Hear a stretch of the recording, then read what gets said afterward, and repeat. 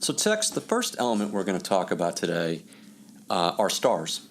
And stars, relative to their positioning in the BCG Matrix, are in a quadrant that represent a product or an SBU that are an industry that is high growth. Okay. And that product or SBU has a high market share.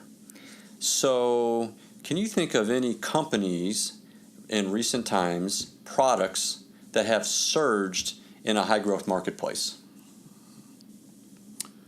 I think Netflix is a good example.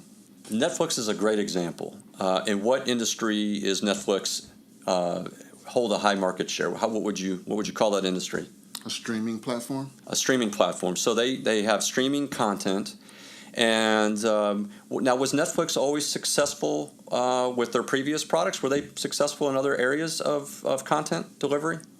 They originated as a company that was doing DVDs through mail, right? DVDs through mail, exactly. So that started off as a star. And we're going to come back and revisit Netflix DVD content delivery through the mail, and we'll compare that over to delivering through streaming. And so Netflix is a great example of a star. It's a high growth market, and they have a high market share. Yes. And so what Netflix does is they invest into furthering their reach with a star product.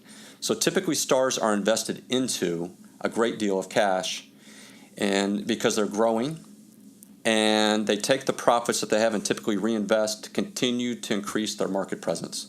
Is that where they focus on the Netflix originals and things like that? Netflix originals, exactly, because they can take their cash, their profits, and invest into their own original content. And that's exactly what they're doing. And at the same time, they're increasing their reach in the marketplace.